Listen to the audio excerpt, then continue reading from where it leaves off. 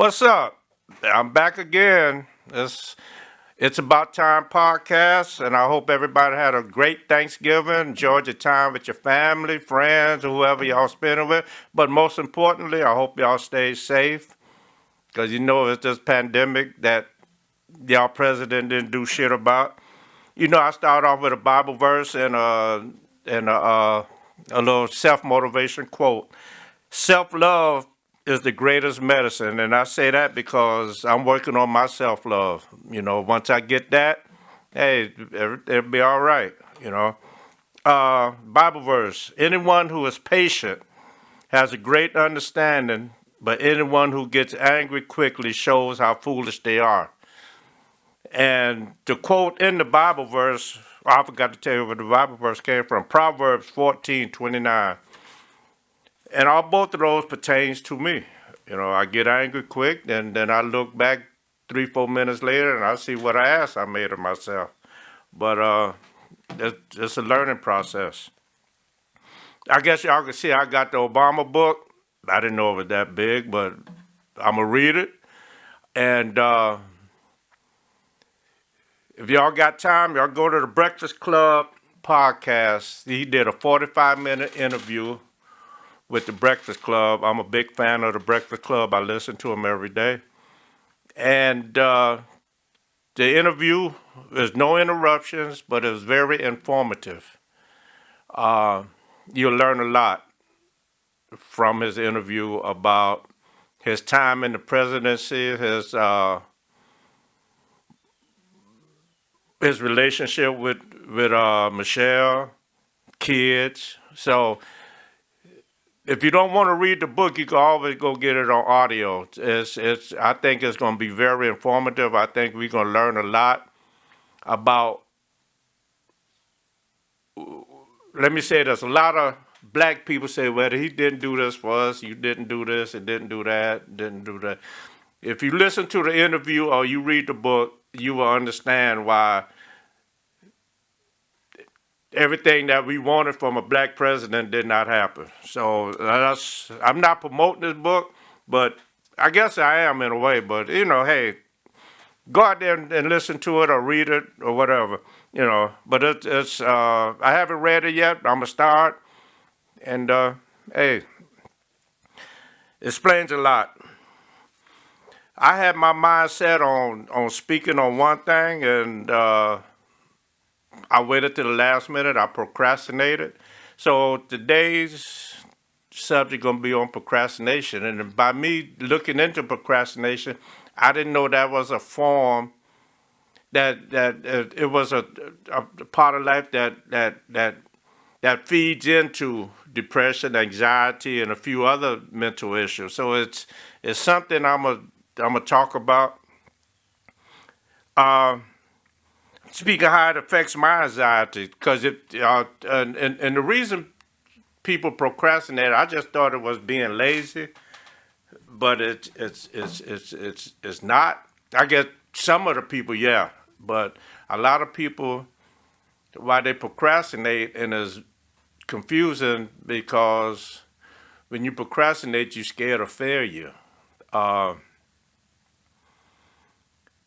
and by me reading that, and I thought about how I live my life, and it's true.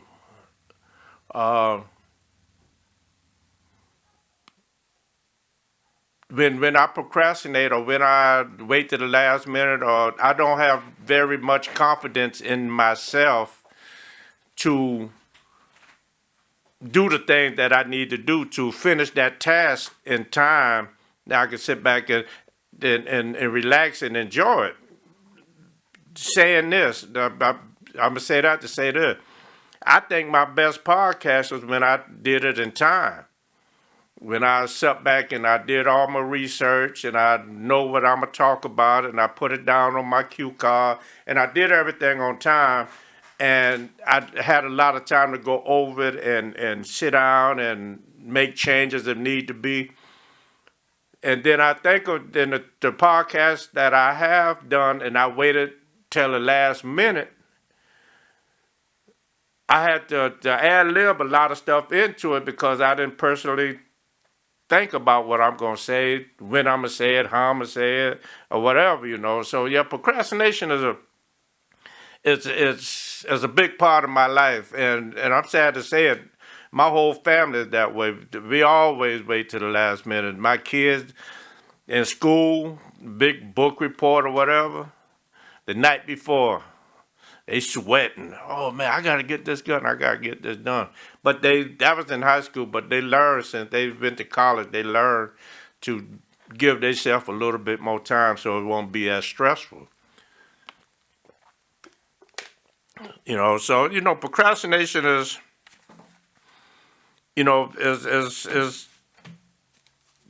is rough. You know, it's I didn't like I said I didn't know it was a part of they saying procrastination has been linked to depression, irrational behavior, low self-esteem, anxiety, ADHD. You know, I just thought it was being held. I just thought it was being lazy. Shit, you know, I didn't know no better. You know, but after I read into it, and I say, well, you know what? This gonna be something I talked about because what I wanted to talk about, I didn't do the information, I didn't do the research, so I wasn't able to talk about it. So that's gonna be my next podcast. You know, that's gonna be, and I promise myself that I will do the research and I'm gonna come up with what I want to talk about because I think it's gonna be very informative, and I think it's gonna be important on how I look at my life, you know, as to how I feel about my life, because that's what it's about, you know. They say one of the reasons, well, a couple of things you could do to stop procrastinating is commit to the task. Start your task. Just like I record my podcasts on Sundays. Start the task right after I finish. I can start the task tomorrow, and make sure that I stick with that task, and make sure that I award myself, you know, for that task. You know, whether it's going out and get me a sweet potato pie, or going out and buy me a shirt. Always reward yourself for doing a goal that you know is hard to complete, but always, you know, which I never did. I always awarded my kids, but I never sat back and rewarded myself for doing something that is hard for me to do. And you know, that's something that that's something I need to do. You know, hey, if I set a goal to do something and I get it done, yes, the self satisfaction is there, but why don't I reward myself for doing something for me? Going to get a pedicure, manicure, get me a shirt, treat myself to some chicken wings and some beer, or whatever, whatever your thing is, you could make it whatever you want it to be, but reward yourself for doing something that's hard for you to do. You know, maximize, not maximize, but minimize your distractions, and that's another thing that directly for me. I I have the TV on. I'm looking at my phone. Have music going. Um, There's something on TV that's interesting. I just sit back. I forget what I'm doing and watch it on television, and that's a habit. I really, I have some bad habits anyway, but I really need to minimize the distractions. Not only when I'm with tasks at hand, I have to minimize my distractions when I'm doing meditation. Uh, it's hard for me to clear my mind, like how you're supposed to when you're doing meditation. Uh, so I got to figure out a way how I could clear my mind. I have to get all these distractions. You know, that's something I have to work on. And if anybody out there that's listening know how to do that, hey, please let me know. Please let me know, because it's very annoying. Uh, Very irritating, and it gets depressing in a way too, because you set your mind on doing things that you think gonna benefit your mental health, and then all of a sudden you just it don't go the way you want it to go, and you just sit back and you say, why? Why this happening? That I know with me, I get depressed and I pull away. I just get in a corner, or I just be like a hermit crab. I just shut down. I don't do anything. And I tell my wife, one of the things I've noticed too, I guess they have to do with procrastination, but one of the things I noticed is I don't. I'm afraid to make plans ahead of time because I don't know how I'm gonna feel. Uh, I don't know how.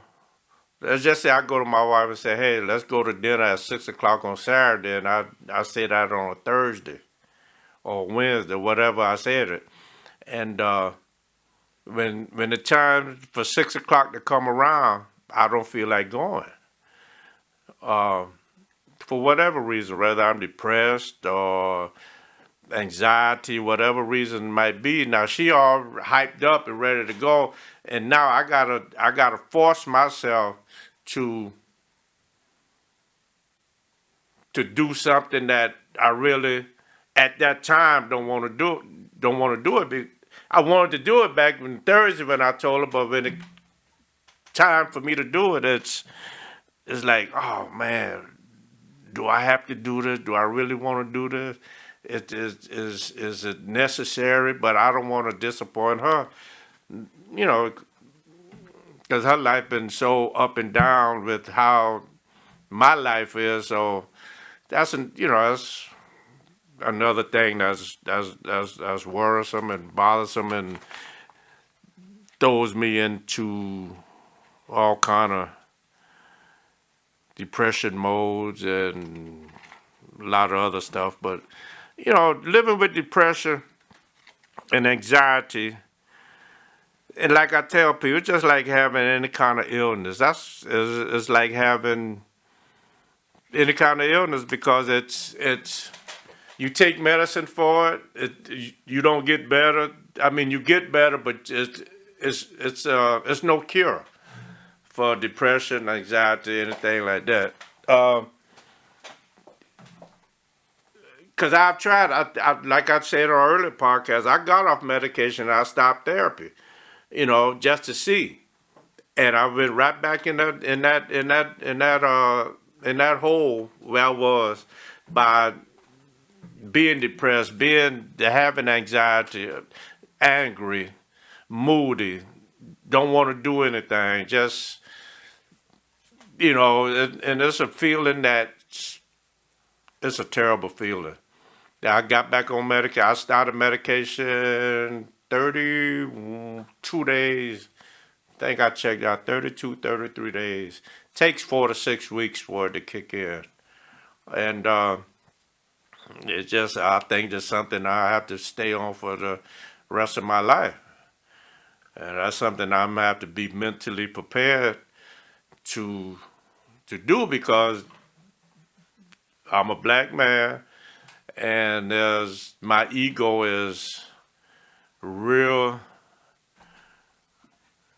big, and to say you taking medication because something wrong with you mentally is, it's, I don't know, it just don't sit well. But I mean, it is what it is, I guess. I have to do it. If I take, I take blood pressure. Doctor said I'm gonna have to take blood pressure medicine the rest of my life. So what's the difference by taking Celexa? I take 20 milligrams of lisinopril. I could take 20 milligrams of Celexa the rest of my life. But it just I guess is one is for blood pressure and the other one is for mental illness. And the one for mental illness is the one that's really bothering, I guess. But hey, if I want to feel better, if I want to have a fulfillment in my life, if I want to have fulfill my wants, my bucket lists in life, then guess what?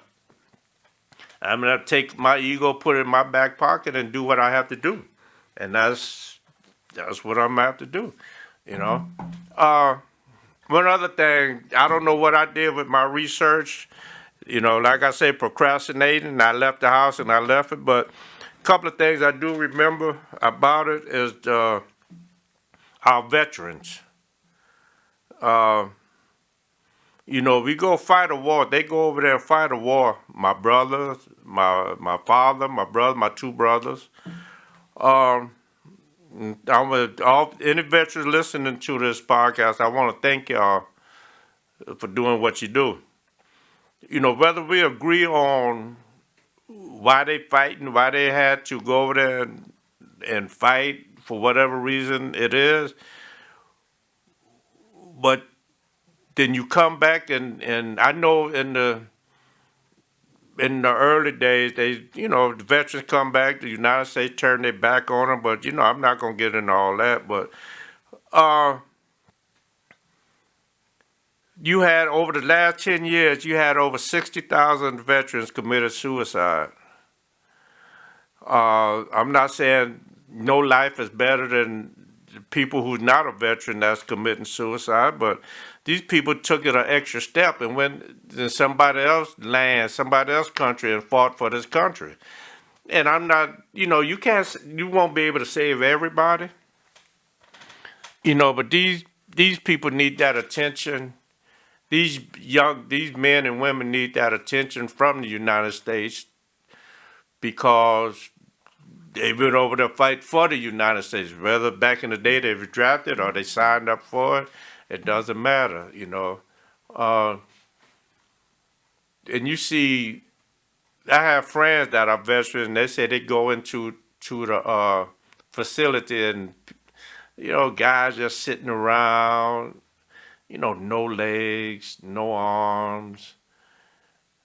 I don't. Out there they on the streets begging and stuff like that, and I'm quite sure the United States, we could do better than that. Because it's not a good look. It really is not. It's not a good look on our that we could have men and women go over there and do what they do and come back. And I'm not saying turn your back on them, but nowadays, back in the day you did, but nowadays, you go out there and find these people, man. These people that's on the corner, these people that's begging for money, begging for food, you know. I don't know, but it's sad to see individuals that is living that way, and 60,000 people, men and women, over the last 10 years. That's a lot of people. That's a lot of individuals that have committed suicide for whatever reason. PTSD, or they're homeless and just gave up on life, or whatever the case might be. They are veterans, and United States, we have to do better. We have to step up to the game. There's really nothing I could do to speak on it. I hope somebody hear me and somebody take it from there. Just like kids and depression and suicide. It's rough because kids, I know I'm 59 years old and I know some of the shit that goes through my mind. If half of the stuff that's goes through my mind going through a 12, 13-year-old kid, do you think in their mind has not fully developed? Do they think they could take half of the stuff that's going through my mind and they could overcome that? Nah, I don't think so. So we have to be vigilant. We have to get into schools to have mental illness, mental health taught in the schools. Have counselors in there. If they see a child as not being a normal child, and find out what is wrong, find out what's going on, dig in their past. You know, you're so quick to go take the child away from a parent. Let's find out what that child is going through. That's my opinion. It's my podcast, my opinion. I'm speak what I think is right. It might not be right for you. It might not be right for the next guy, but it's right for me. I just want to let everybody know that mental illness is real. Mental illness is it's out there. Mental illness is something that is not going away. It's getting bigger, especially behind this pandemic. You can't do the things you want to do. You're stuck in the house. When you do go out, you have to wear a mask, and it's mind-boggling how a government could let so many people die. The government administration could let so many people die because them bastards don't believe in science. They don't believe in anything these scientists telling them. And the only thing he could come out and say, well, I'll stop people coming from China. So fucking what? You stop people coming from China. The virus is already over here. I don't know. I'm not going to talk about 45. It's time to talk about number 46. And I hope he come out and we give him and Kamala Harris all the support that they need to do whatever it is to get this country back to being the best country of all. And I'm gonna say to my friends, my family in Georgia, I said it last podcast, let's get out and vote. Let's get them 2 seats that's left, let's make them Democrat. So Mitch McConnell won't have shit to say. He could take his old ass somewhere and do whatever you want to do, because it's time for a change, and I'm gonna call it quits, but I'm to check out the book, get it on, go to Amazon Prime. If you're a member on Amazon Prime, you get audio book for free. Or go to the Breakfast Club podcast and look for the Obama interview. It's very good. It's very informative. Like I said, I listened to it twice actually, and it's real good. You're gonna learn a lot. You're gonna learn a lot, and I'm gonna call it quits. Much love. Y'all stay safe, and I'll see you next time. Oh, one more thing. Hey, shout out to Shifted Vision Media. These guys, man, they making it happen. They good young kid. Good young men. Claude, Big Mike, Guru. Hey, I love y'all, man. Peace out.